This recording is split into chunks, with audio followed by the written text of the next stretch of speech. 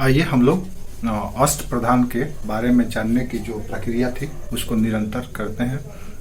तो पेशवा के बाद जो दूसरा महत्वपूर्ण पद था वो था सर ए नौबत का। आप ऐसे भी इमेजिन कीजिए कि अगर आप एक राज्य के राजा हैं तो आपको कौन कौन से ऐसे प्रमुख व्यक्ति चाहिए या कौन कौन से ऐसे महत्वपूर्ण मंत्रालय चाहिए जिसके बगैर आप राज्य का संचालन नहीं कर सकते हैं। वो सब के सब यहां पे मिलेगा। जैसे कि कौटिल्य के अर्थशास्त्र में सप्तांग थ्योरी दिया गया है कि किसी भी राज्य के 7 अंग होते हैं, उसी तरह से यहाँ पे एक अंग और बढ़ गया है, वो 8वां अंग हो गया है। तो ये 8 अंग मिल करके ही कोई राज्य का सृजन होता है। अलग अलग दायित्व है इन सारे मिनिस्ट्री का या मंत्रालय का, और वो सब के सब राज्य के हित में राज्य के लिए कार्य करते हैं। उसमें से दूसरा जो महत्वपूर्ण मंत्रालय है वो सर ए नौबत है, यानी कि ये सैनिक मंत्रालय के प्रमुख को, या आप कह सकते हैं ये डिफेंस मिनिस्ट्री था, रक्षा मंत्रालय था, जिसके प्रमुख को सर ए नौबत कहा जाता था। इंग्लिश में उसके लिए आप कमांडर इन चीफ या सेनापति का प्रयोग कर सकते हैं। मुगलों के काल में उसे मीर बख्शी कहा जाता था। तो सर ए नौबत मीर बख्शी होता था, यानी सेना प्रमुख होता था। किस डिपार्टमेंट का? डिफेंस मिनिस्ट्री का। इसका काम क्या था? तो इसका काम यही था कि सेना में लोगों को नियुक्त करना, उन्हें आवश्यक युद्ध सामग्री प्रदान करना, घोड़ा प्रदान करना, समय समय पर उसका प्रशिक्षण देना, युद्ध के अवसर पर मोर्चाबंदी करना, ऐसे सारे कार्य आप कह सकते हैं कि ये सर ए नौबत का होता था। और ये जितने भी मंत्रालय है उसमें से सबसे संवेदनशील मंत्रालय था, और ये पद मुख्यतः बहुत ही योग्य व्यक्ति को, जो जिसमें सैन्य क्षमता भी हो, जिसमें युद्ध का अनुभव हो,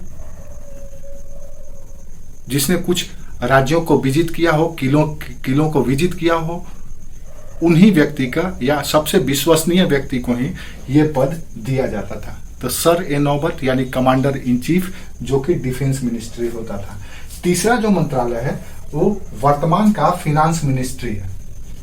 इसके प्रमुख को, या वित्त मंत्रालय है, इसके प्रमुख को अमात्य या मजमूदार कहा जाता था।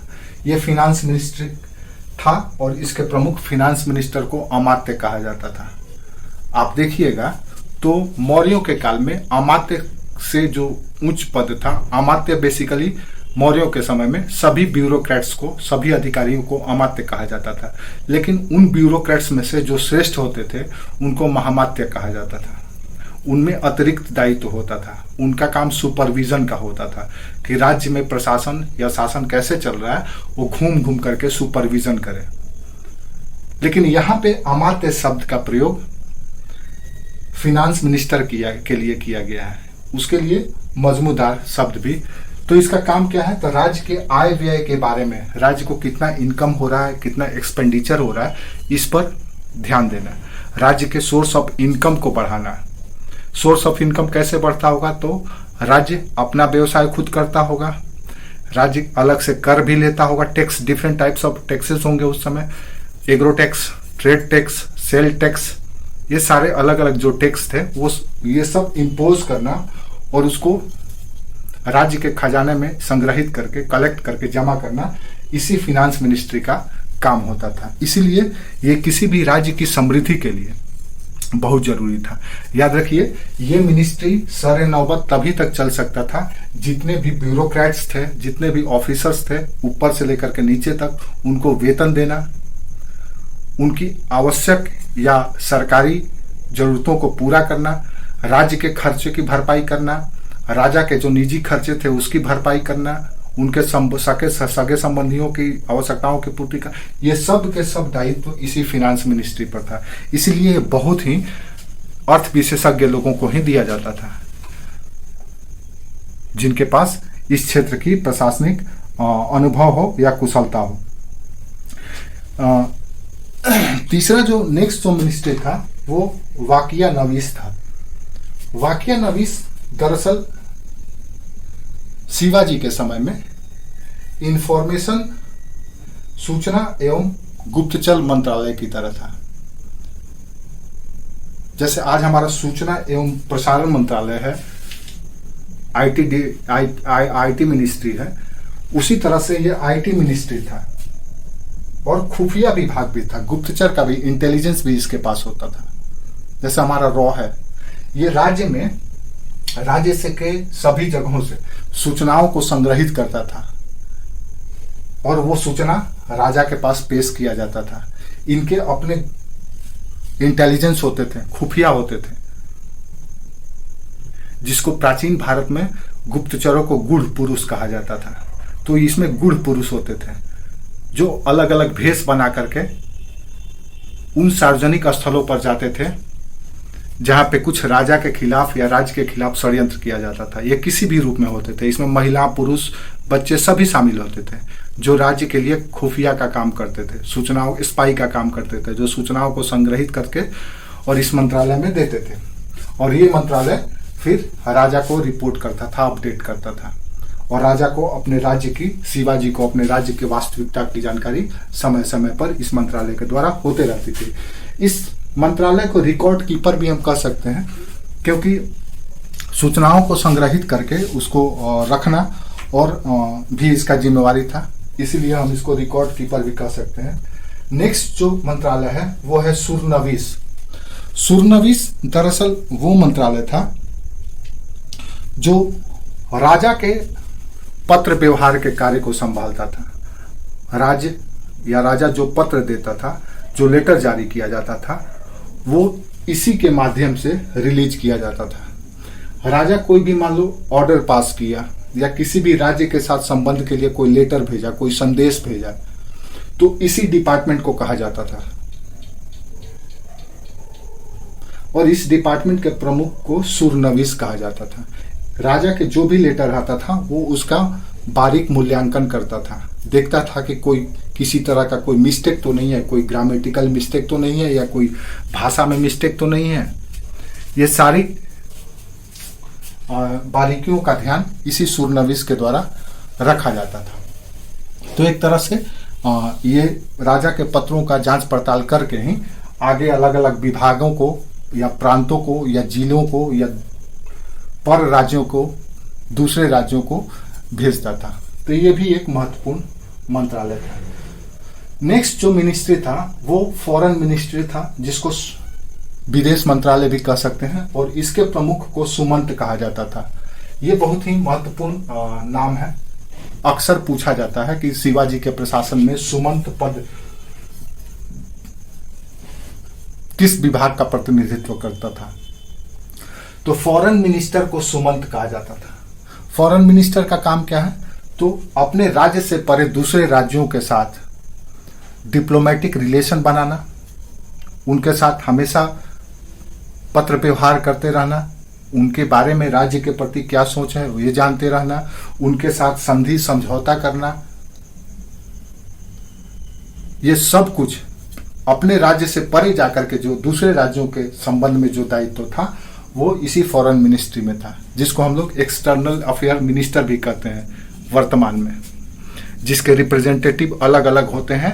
एम्बेसडर, जब आप आईएएस बनते हैं तो आईएएस बनने के बाद जो आपका आईएफएस पोस्ट मिलता है, इंडियन फॉरेन सर्विस, जिसमें आप एम्बेसडर बन करके भारत सरकार के अलग अलग मंत्रालय, भारत सरकार का अलग अलग देशों में प्रतिनिधित्व करते हैं। तो वो एक्सटर्नल रिलेशन के लिए ही होता है। तो सुमंत का ये दायित्व था कि अपना प्रतिनिधि, अपने राज्य का काबिल प्रतिनिधि अलग अलग राज्यों में अपॉइंट करे एम्बेसडर की तरह, और उनके साथ अपना संबंध को समय समय पर समीक्षा करते रहे और मूल्यांकन करते रहे। तो भी ये भी एक, और इसकी काबिलियत या इसका काबिल होना इसलिए भी जरूरी था क्योंकि ये वो दौर है जब राजतंत्र, पड़ोस में भी कई ऐसे ऐसे राज्य थे जो अवसर के तलाश में रहते थे कि कब शासन सत्ता कमजोर हो, राजा कमजोर हो, कि हम उनके क्षेत्रों को अधिग्रहित कर लें। ऐसी स्थिति में सुमंत का या विदेश मंत्री का ये बहुत ही संवेदनशील या आप कह सकते हैं बहुत ही दायित्वपूर्ण व्यवहार की अपेक्षा की जाती थी ताकि राज्य सुरक्षित रहे। तो विदेश मंत्रालय एक बहुत ही या सुमंत बहुत ही महत्वपूर्ण पोस्ट था। सुमंत के साथ इनको दबीर शब्द का भी प्रयोग किया जाता है, लेकिन ये टर्म बेसिकली दबीर शब्द का प्रयोग सेक्रेटरी के लिए या विदेश मंत्रालय के सचिव के लिए किया जाता है। हम लोग आगे देखेंगे कि ये जितने भी 8 मंत्रालय हैं, इन सारे 8 मंत्रालय के अपने अपने सेक्रेटरी हुआ करते थे या सहयोगी हुआ करते थे। जैसे आज भी आप देखेंगे कि कोई भी मंत्रालय का जो प्रमुख मंत्री होता है वो राजनीतिक प्रमुख होता है और प्रशासनिक प्रमुख जो होता है वो सचिव होता है, सेक्रेटरी होता है हर एक डिपार्टमेंट का। जैसे human resource ministry, cultural ministry, education ministry, home ministry, health ministry, जितने भी डिफेंस मिनिस्ट्री, सब मिनिस्ट्री के जो राजनीतिक प्रमुख होते हैं, पॉलिटिकल हेड, वो मंत्री होते हैं और एडमिनिस्ट्रेटिव हेड सचिव होते हैं। तो हम लोग आगे देखेंगे कि ये सारे मंत्रालयों के पास अपना अपना एक सेक्रेटरी होता था जो इनके निर्णयों में सहयोग करता था, इनके द्वारा लिए गए निर्णयों को आगे कार्यान्वित करता था। आगे हम उस पर बात करेंगे। तो सुमंत के बाद दूसरा जो प्रमुख विभाग है न्यायाधीश का। ये पद, न्यायाधीश का काम क्या था कि सैनिक और असैनिक मामले, ये बेसिकली जुडिशियल डिपार्टमेंट है। जैसे हमारे यहाँ लोकतांत्रिक शासन प्रणाली में ये हमारे यहाँ लॉ एंड लॉ मिनिस्ट्री है, कानून मंत्रालय है। तो कानून मंत्रालय का काम है समय समय पर कानूनों की समीक्षा करना या कानूनों में सुधार करना या कोई नए कानून लाना। लेकिन कानून कितना सही है इसकी समीक्षा करना न्यायालय का काम है, जो हमारे एग्जीक्यूटिव से अलग है। हमारे जो सरकार का जो तंत्र है लेजिस्लेटिव एग्जीक्यूटिव से वो अलग है, वो उसका अपना सेपरेट ही है। वो कानून नहीं बनाती है, कानून बनाने का काम है लेजिस्लेटिव का, विधायिका का, और विधायिका को कानून निर्माण में सहयोग करना लॉ मिनिस्ट्री का काम है। तो ये एक तरह से न्यायाधीश जो थे वर्तमान कोर्ट सिस्टम की तरह थे, न्यायपालिका की तरह थे, और इनका काम था कि सैनिक और असैनिक दोनों ही तरह के मामले का निर्णय लेना। तो ये चीफ जस्टिस थे जिसमें हर एक तरह के मामले का निर्णय इनके द्वारा लिया जाता था। और अगर कोई निर्णय से कोई पीड़ित असंतुष्ट होता था तो वैसी स्थिति में आखिरी फरियाद वो राजा के पास करता था, शिवाजी के पास करता था। आखिरी फैसला वही होता था। जैसे आज के संदर्भ में अगर देखा जाए तो हमारे यहाँ एक पिरामिड बना हुआ है जुडिशियरी का, session court, district court, high court, supreme court. अगर इससे भी मामला नहीं हुआ, नहीं सेटिस्फाई हुए आप, तो ऐसी स्थिति में आप इंटरनेशनल कोर्ट ऑफ जस्टिस यानी हेग में जा सकते हैं। यहाँ पे ऐसा नहीं था, यहाँ पे आखिरी फरियाद राजा के पास था। जब ब्रिटिश शासन था तो आखिरी फैसला महारानी के दरबार में होता था, ब्रिटिश क्राउन के पास होता था। यहाँ के सुप्रीम कोर्ट के फैसले से जब आप अनसेटिस्फाई होते थे तो महारानी के कोर्ट में फैसला होता था। तो न्यायाधीश का काम ये था। एक और मिनिस्ट्री था जिसका नाम, जो मिनिस्ट्री नाम था वो रॉयल चैपलेन या एल्मोनर डिपार्टमेंट था, जिसका काम था कि जिसके प्रमुख को पंडित राव कहा जाता था। और इसका काम क्या था कि गरीब, ब्राह्मण, विद्वान, असहाय लोगों को समय समय पर दान देना। और दूसरा काम ये भी था कि ये लोगों में नैतिक आचरण या नैतिक व्यवहार बनाए रखने का दायित्व रखते थे। इनसे ये उम्मीद की जाती थी कि समाज के जितने भी लोग हैं वो सब के सब राज्य के नियम के अनुसार राज्य के हित में व्यवहार करें। किसी का भी आचरण आप कह सकते हैं कि किसी का भी आचरण ऐसा नहीं होना चाहिए जिससे सामाजिक सौहार्द बिगड़े, भाईचारा बिगड़े, असंतोष फैले, अराजकता फैले। ये सब कुछ देखने का दायित्व इसी पंडित राव पर होता था, यानी नैतिक व्यवस्था का जिम्मेवारी इन्हीं पर होता। मुगलों के काल में एक अलग डिपार्टमेंट था और इसके प्रमुख को मुहतसिब कहा जाता था, जो समाज में नैतिक व्यवस्था देखता था। और उसका काम क्या था कि लोगों को इस्लाम के अनुसार आचरण के लिए प्रेरित करना। वही डिपार्टमेंट था जो मंदिरों को तोड़ता था, वही डिपार्टमेंट था जो इस्लाम में कन्वर्जन कराता था, जो मुगलों के समय का था। ये दान देना, लोगों को मदद करना, ये सारे काम किया करते थे। तो इस तरह से अगर आप देखें तो ये 8 ऐसे मिनिस्ट्री हैं जो जिनके बारे में आप याद रखिएगा। ये सीधे ही आपसे मेंस में सवाल पूछे जा सकते हैं।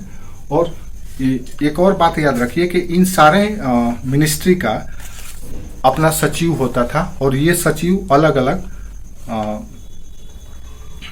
अपने अपने विभागों को सहयोग दिया करते थे। जैसे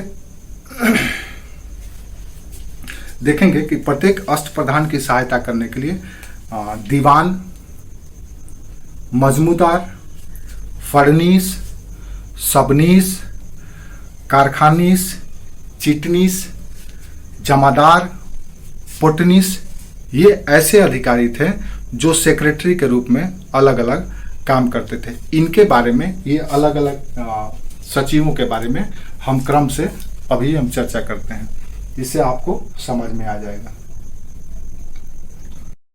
तो हम लोग बात कर रहे थे कि अष्टप्रधान जो 8 मंत्रियों का ग्रुप था या समूह था, वो अलग अलग अपने विभाग को देखते थे, लेकिन उन मंत्रियों की सहायता के लिए भी अधिकारी नियुक्त किए जाते थे जो मंत्री को उनके कार्यालय के कार्यों में या ऑफिशियल वर्क में हेल्प किया करते थे। उसमें जो कुछ नाम है उसको आपको थोड़ा सा याद रखना पड़ेगा। जैसे दीवान, मजमूदार और फड़नवीस, ये 3 नाम है। दीवान, मजमूदार और फड़नवीस, ये तीनों ही फिनांस मिनिस्ट्री यानी अर्थ विभाग में मंत्री की मदद किया करते थे। दरअसल फड़नवीस का काम एक तरह से इनको उपलेखा परीक्षक भी कहा जाता था। उपलेखा परीक्षक, उपलेखा परीक्षक यानी कि ये जो राज्य के खर्चे वर्चे होते थे उसका ये ऑडिटिंग किया करते थे। जैसे आज केंद्र में सीएजी है और उसके अंदर जो ब्यूरोक्रेसी है, नौकरशाह है, उसी के फड़नवीस काम किया करते थे, ऑडिटिंग का, अर्थ विभाग का। मजमूदार आपको पता ही है। दीवान का जो पद है वो दरअसल मुगलों के समय में फिनांस मिनिस्टर को दीवान कहा जाता था, वित्त मंत्री को। तो ये सब के सब काम अर्थ मंत्रालय से या फिनांस मिनिस्ट्री से ये जुड़े हुए ऑफिसर हैं। नेक्स्ट जो कार्य है वो है सबनवीस। सबनवीस दरअसल सुरनवीस या चिटनीस विभाग जो था, जो राज्य के पत्र व्यवहार को देखता था, उसके सहयोगी के रूप में या सहायक के रूप में काम करते थे। उनका नाम था सरनवीस। तो सरनवीस राज्य के पत्र व्यवहार मंत्रालय में सहायक है। ये सब टर्म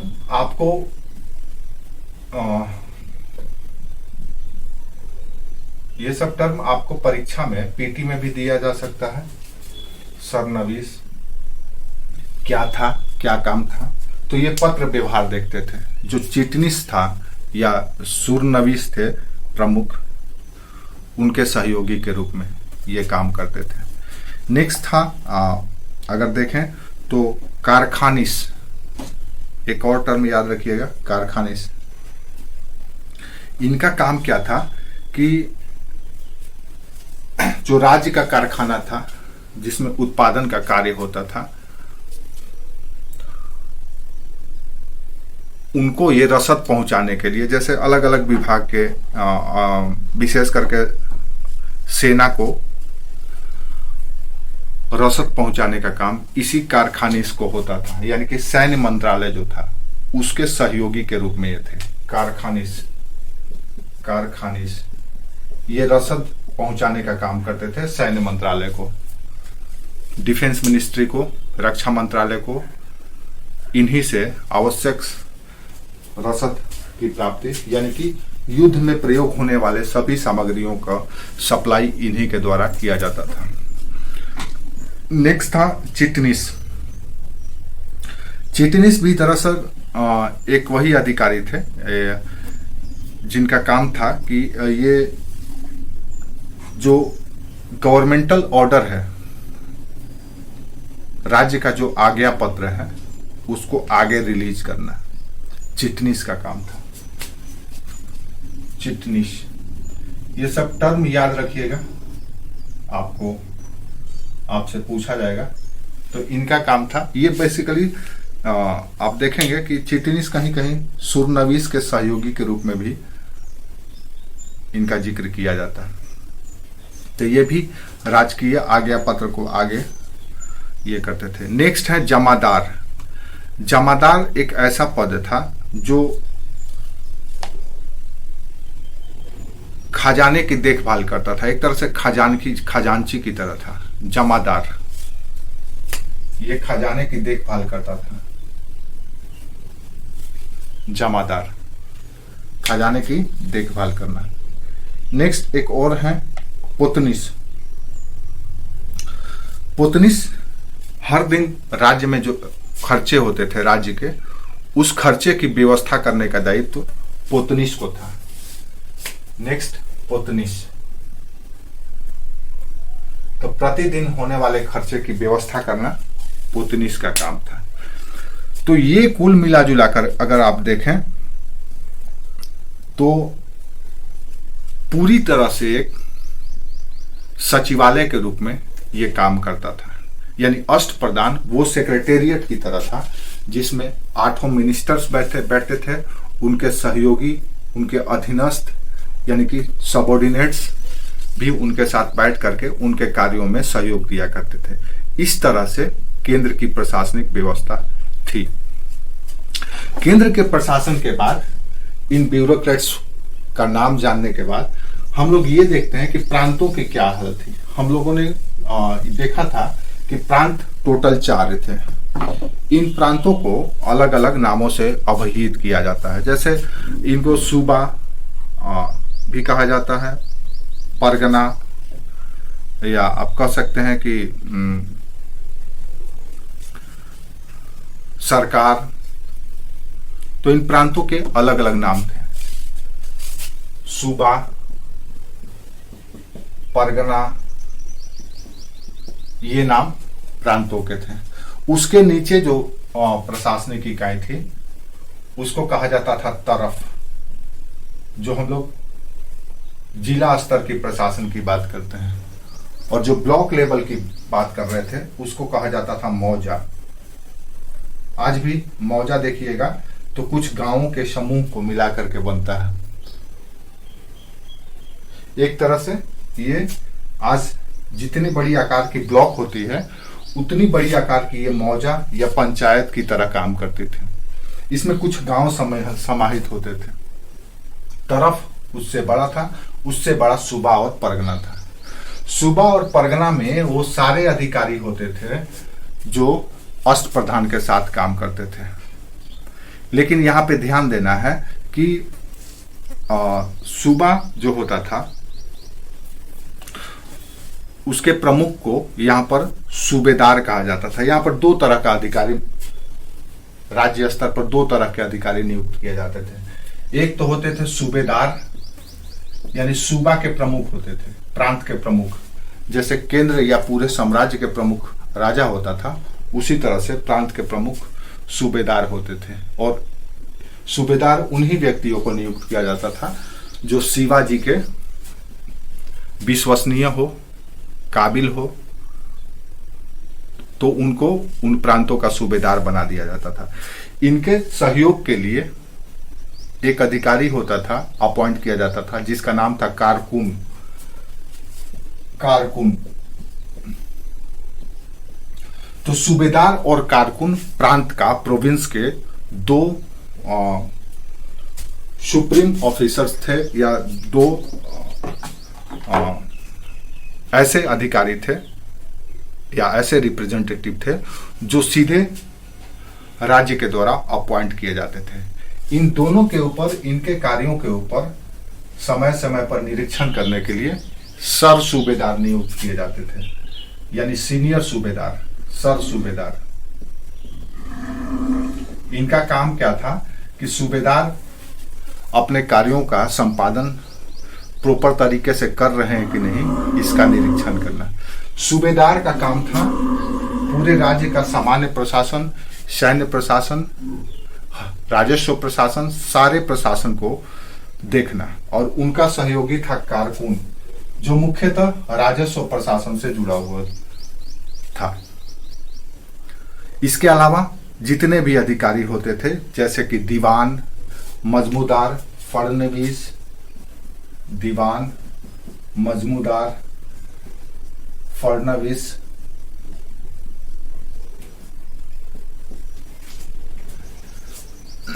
सबनीस, कारखानीस, सबनीस, कारखानीस, कारखानीस, चिटनीस, जमादार, पुटनीस, जमादार,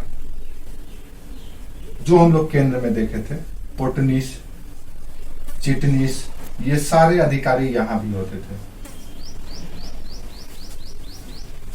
तो 8 वहां पे जिस तरह से मिनिस्ट्री था, उसी तरह से सूबेदार को सहयोग करने के लिए या सूबेदार के राज्य शासन चलाने में सहयोग करने के लिए इतने ऑफिसर्स नियुक्त किए जाते थे। याद रखिएगा, ये जितने भी ऑफिसर हैं, ये सब अनुवांशिक या जन्मजात पद नहीं धारण करते थे कि उनके पिता हैं पहले से किसी पोस्ट पे या पद पे, तो उनके बाद इनको नौकरी मिल जाएगी, ऐसी नहीं थी। ये अपनी योग्यता और काबिलियत से परीक्षण के उपरांत ही पदों पर नियुक्त होते थे। इसका ध्यान रखना है। तो ये हमारा ये था। और जो छोटा स्तर पर था, उसी तरह से तरफ था और उससे नीचे मौज थे।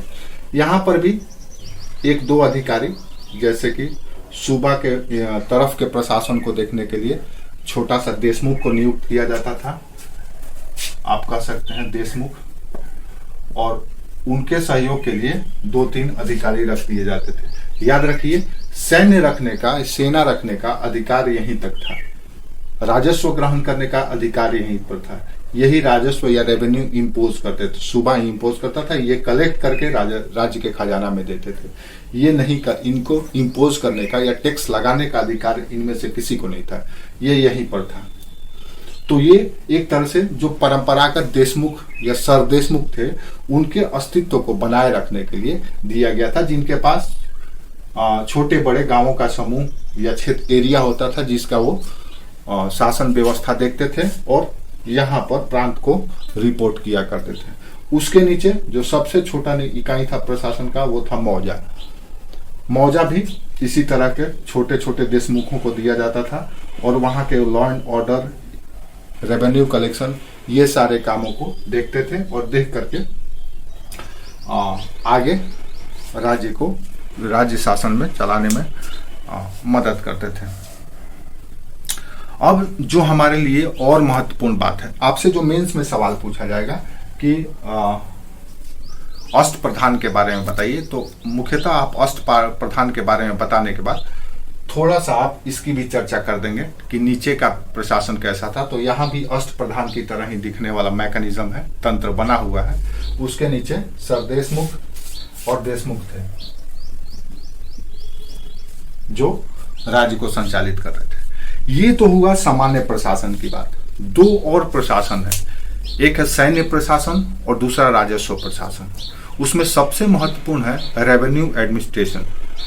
राजस्व प्रशासन जो हिस्सा है इस चैप्टर का, वो इसलिए महत्वपूर्ण है क्योंकि राज्य के आय का, किसी भी राज्य के संपन्नता का, किसी भी राज्य के बने रहने, समृद्धि का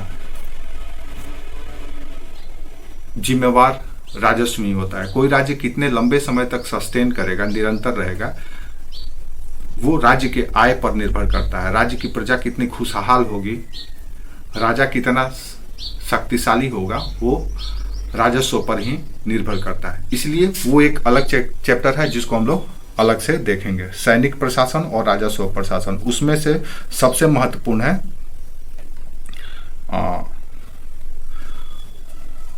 राजस्व प्रशासन। याद रखिएगा, केंद्रीय प्रशासन के जो अष्ट प्रधान जो मिनिस्ट्री था, जो 8 ग्रुप ऑफ 8 मिनिस्टर्स थे, उसमें से पंडित राव और न्यायाधीश को छोड़ करके सारे 6 मंत्री संकट के समय में युद्ध के मैदान में भी जाते थे। यानी जब राज्य को युद्ध करना आवश्यक होता था या राज्य को युद्ध में भागीदार होना असंभावी हो जाता था, तो वैसी स्थिति में 8 मंत्री जो थे उनमें से 6 को भी युद्ध सेवा देना या सैन्य सेवा देना अनिवार्य था। सिर्फ पंडित राव जो दान विभाग से जुड़े हुए थे और न्यायाधीश, उनको छोड़ करके।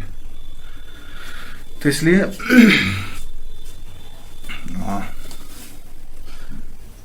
और एक और बात याद रखिए, ये जितने भी ऑफिसर्स हैं, इन ऑफिसर्स का ट्रांसफर भी हुआ करता था। आज इस प्रांत में है, इस सूबा या परगना में है, कल हो सकता है दूसरे सूबा या परगना में चले जाए, ऐसा भी चलता था। तो ये कुछ मेजर इंफॉर्मेशन है, अनुवांशिक नहीं था, हेरिडेटरी नहीं था कि आपका पीढ़ी दर पीढ़ी पद पर बना रहेगा, और इनका ट्रांसफर हुआ करता था। लेकिन आप देखेंगे कि कुछ अधिकारी बाद के दिनों में, जैसे पेशवाओं के समय में, कमुइसदार और ममलतदार 2 ऐसे ऑफिसर्स थे। कमुइसदार लिख दीजिएगा आप अगर उसमें तो अच्छा रहेगा। कमुइसदार और ममलतदार ये ऐसे अधिकारी थे जो पेशवाओं के समय में वंशानुगत पद हो गया था। कमुइसदार और ममलतदार ये दोनों ऑफिसर्स पेशवाओं के समय में आते आते अनुवांशिक हो गए थे। यानी कहने का मतलब यह है कि अगर ये मर भी जाएं तो इनके बाद, ये दरअसल ऐसे लोग हुआ करते थे जो छोटे छोटे सूबे में, मान लो छोटा सा देशमुख है, कोई एरिया है छोटा सा मौजा लेवल का, तो उसके जो प्रमुख, याद रखिए ये देशमुखों को वहां पे ऑफिशियल नाम सूबेदार ही कहा जाता था। चाहे बड़ा सूबेदार हो, छोटा सूबेदार हो, सबको सूबेदार ही ऑफिशियली कहा जाता था। लेकिन होते थे परंपरागत रूप से देशमुख। तो जो छोटा देशमुख होता था, जो मौजा लेवल का होता था, जिसको हम छोटा सूबेदार करते हैं, उसको कहा जाता था कमुइसदार। ये कमुइसदार ये थे, छोटे देशमुख थे। और पेशवाओं के समय में ये वंशानुगत हो गए थे, क्योंकि इनको ज्यादा कुछ पार्टिसिपेट युद्ध में, राज्य की स्थिरता में कुछ करना नहीं होता था। ये बस अपने क्षेत्र से में लॉ एंड ऑर्डर बनाए रखते थे, रेवेन्यू कलेक्ट करते थे और ऊपर ट्रांसफर कर देते थे। इसी तरह से आप देखेंगे तो जो ममलतदार थे, ये कुछ बड़े सूबे के प्रमुख हुआ करते थे। तो जब पेशवाओं ने सत्ता संभाली 1707 के बाद से, जब शिवाजी का वंशज का मराठा राज्य पर कोई विशेष प्रभाव नहीं रह गया, कोई नियंत्रण नहीं रह गया, तो ऐसी स्थिति में या कुछ नए राज्य जो जीते गए, नए क्षेत्र जीते गए, जैसे गुजरात, खानदेश, कर्नाटक, इन क्षेत्रों के जो बड़े सूबेदार हुए या सरदेशमुख हुए, उन्हीं को ममलतदार कहा जाता था।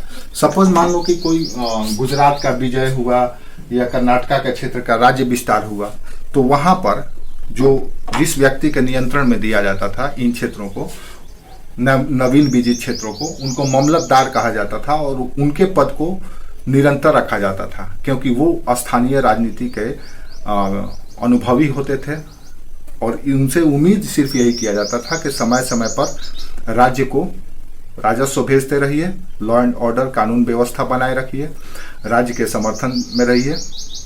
तो उनका पद अनुवांशिक होता था, कहीं बाहर से इम्पोज या राज्य दरबार से कोई नए व्यक्ति को वहां पे इम्पोज नहीं किया जाता था। तो 2 ऐसे व्यक्ति हैं, कमुइसदार और ममलतदार, ये पेशवाओं के समय में आते आते ये हो गए थे, अनुवांशिक हो गए थे। हमें इसके बारे में याद रखना है। लेकिन इनके ऊपर भी, ममलतदार के ऊपर भी एक ऑफिसर्स नियुक्त किए जाते थे जिनका नाम था दरखदार।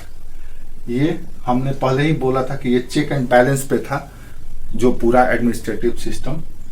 तो मामलतदार को समय समय पर उनके कार्यों का निरीक्षण करने के लिए एक ऑफिसर्स नियुक्त किए जाते थे जिसका नाम होता था दरखदार। ये समय समय पर जाकर के सुपरविजन किया करते थे कि मामलतदार अपने कार्यों का निष्पादन राज्य के अनुरूप, राज्य के हित के अनुरूप कर रहे हैं कि नहीं कर रहे हैं, ये देखना इन्हीं का काम होता था।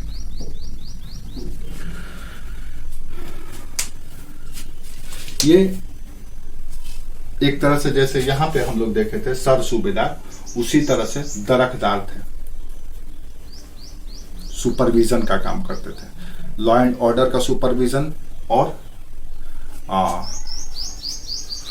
सेना का सुपरविजन कि आप प्रॉपर तरीके से काम कर रहे हैं कि नहीं कर रहे हैं।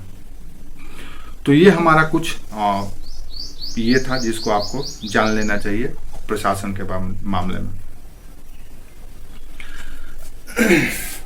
आगे हम लोग देखेंगे नेक्स्ट में कि जो रेवेन्यू एडमिनिस्ट्रेशन था, राजस्व प्रशासन, वो कैसा था। वो एक अलग सवाल पूछा जा सकता है।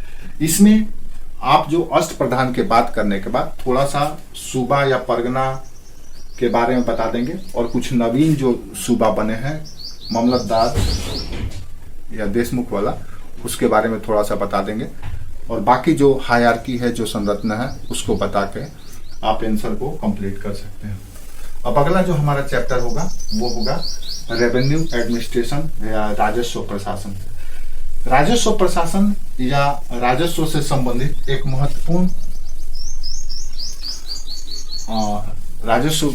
महत्वपूर्ण अध्याय है जो पूरे दक्कन भारत को, पूरे दक्कन के इकोनॉमी को बताता है, प्रेजेंट करता है। और याद रखिए कि यूपीएससी में इकोनॉमी का हिस्सा, हिस्ट्री में इकोनॉमी के हिस्सा को बहुत ही तरजीह दिया जाता है, महत्व दिया जाता है।